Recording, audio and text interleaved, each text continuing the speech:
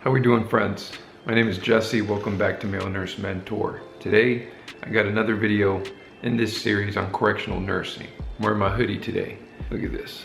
CSP Solano, Nurses Week 2023. Let me show you this too. Cool correctional nurse. Anyways, friends, it's been a long week, but I still want to continue to push out these videos for you. I was like, let me go ahead and push out another correctional video.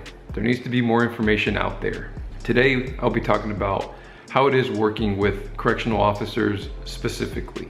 Got some coffee, sit back and enjoy. I got 5 tips for you guys. But before I fully get into it, I always think it's important just to give you guys a little bit of background. Why is it that I speak on this? How am I qualified to speak on this? In total, I've worked about 5.5 years in corrections, combined between the prison setting and the county jail. I worked in the county jail, worked downtown intake, upstairs sick call, for close to 6 months. That's where I started. I started there as a new grad. From there, I went to the prison system for the state of California. A lot of state prisons here, but I also worked for the state government because I worked for that state prison. Still work for the government today, but now I actually work as a nurse consultant, got a job promotion, and I left corrections actually earlier this year. In fact, I get to work from this desk right here, working from home with this promotion. It's actually really cool. But I've seen a lot, friends. I've seen a lot, I've experienced a lot. And because of that experience that I have working in both, hopefully some of this is helpful. Another thing I want to mention just before I dive into it is if you have any questions at all, send me a DM, find me on Instagram. Probably hit me with a follow first, because if not, your messages end up in the spam folder for me and I won't see it for a while. But hit me with a follow, send me a DM. Send me any questions, any concerns that you have regarding correctional nursing. I got you guys. I make myself very, very reachable. Quite a bit of people have reached out over time. A few people reached out over just my last video. So continue to reach out if you're curious about anything at all. I'm here as a resource just because I know how tight-lipped correctional nursing can be. So let's get started, friends. I made a list here of the 5 tips. I'm just gonna go through them one at a time. They're not really in chronological order, although this first one I think is probably one of the most important ones. So let's begin. So for this first one I wrote, understand a CO's job, an officer's job is way different from yours. Very different. So for you as a nurse, you're gonna be focused on providing healthcare services, medical aid, treatments. Officer's job is safety and security. And when you think of a prison setting, a jail setting, a correctional setting, the one that takes priority is safety and security. I mean, you're locked down in a prison, right? There's doors with locks. There's, probably electric fence. There's a lot of things to contain, and there's a lot of things to make sure people don't get out. And in that environment, it's because there's a reason for it, right? These people are most likely convicted felons, right? If you're in the prison setting in the county jail, maybe they're going through the process of getting convicted. So the officers know this. They've also continued every day, day in, day out. They have seen the worst of the worst in that environment. So their mind is always to protect people in there, to protect themselves, right? That is where their mind and their focus is. You coming in here, they're gonna see you as someone to protect, someone to make sure it doesn't get injured, doesn't get attacked by inmates. So there's always this like river that kind of flows both ways. You're trying to do your job, so you go this way, right? Your focus is this way, providing medical aid. Their job is literally going the other way on this stream, and it's to make sure you don't get hurt, you don't get injured. Everyone comes in and leaves that day uninjured, safe, the same way they came in. You're gonna realize that there's always these moments of clash between just each person's job role, because oftentimes it's hard for it to both go the same way.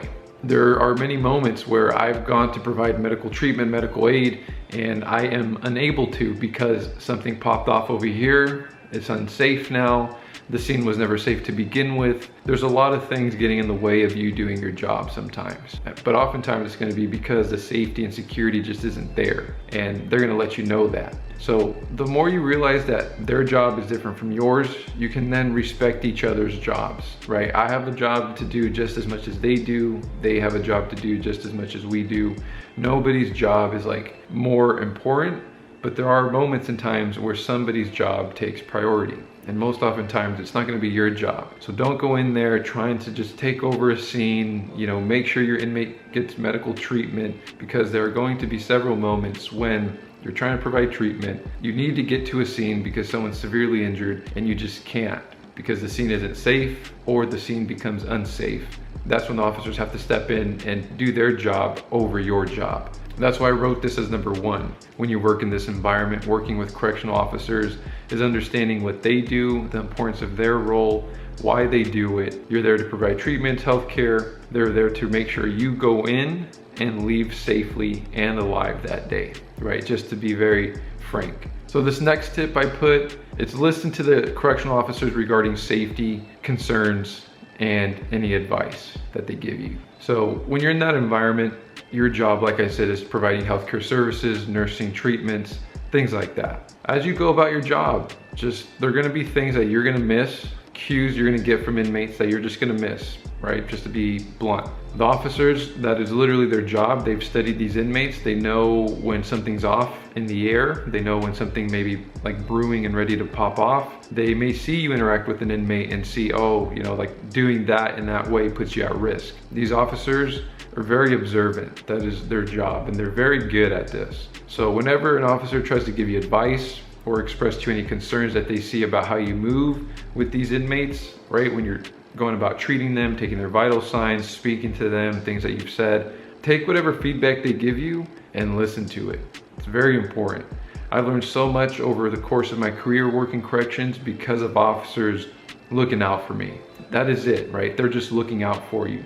So take their advice, take their feedback, recognize that the concern that they have is valid, because it's really just a concern because they want to make sure you leave safely, right? Or you don't get hurt in this environment. Oftentimes inmates are in handcuffs, oftentimes they're not. And you gotta be very observant of the scene that you're in. And if you're not, hopefully you have an officer there to watch out for you, right? Look out for you and just give you tips and pointers on, hey, do this differently, don't get that close, don't turn your back to an inmate, just things like that, right?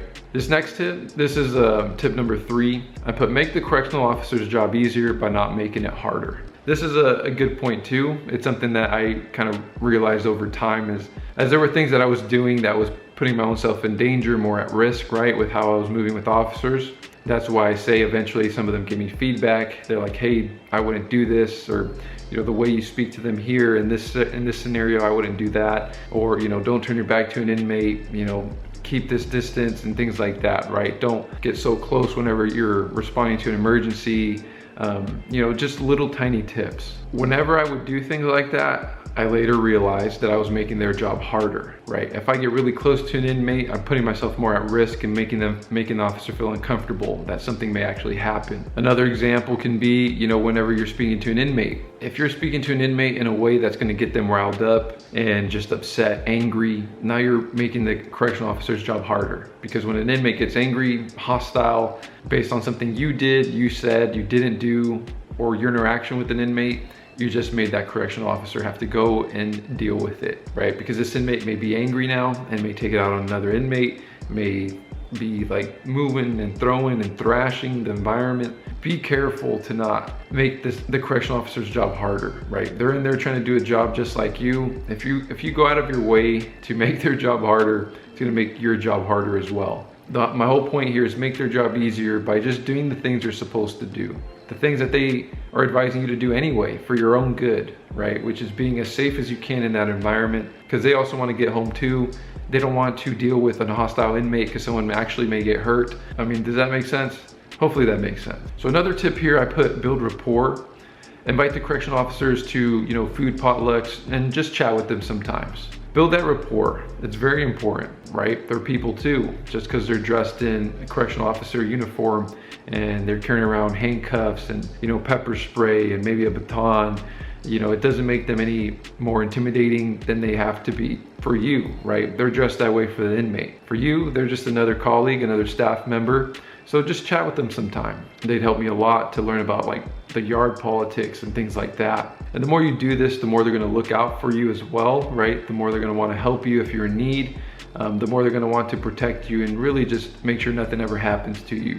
A little funny story about this is when I started in the county jail, I remember one of the tips that one of the nurses there, it was an LVN at the time, gave me when I was starting, right? Because I asked, oh, what are some tips? The tip that he gave me was, hey, like you should like bring in some food for some of the officers every once in a while. And he recommended just bringing in like cookies. So I remember for me as a new nurse going into the county jail setting that I was working at, there were multiple pods, right? And in each pod there was like a tower or a control, and I would buy like 4 or 5 packs of cookies from like Food Max, and you know, each one was like $4 or so. It wasn't anything too special, but I'd walk around right before my shift and go to each pod in the control, and I'd give them their little packet of cookies, right? I have like 12-pack cookies, and I'd do that like periodically throughout my 6 months. I probably did it like a total of like 4 times or so. And that helped me build really good rapport with these officers, who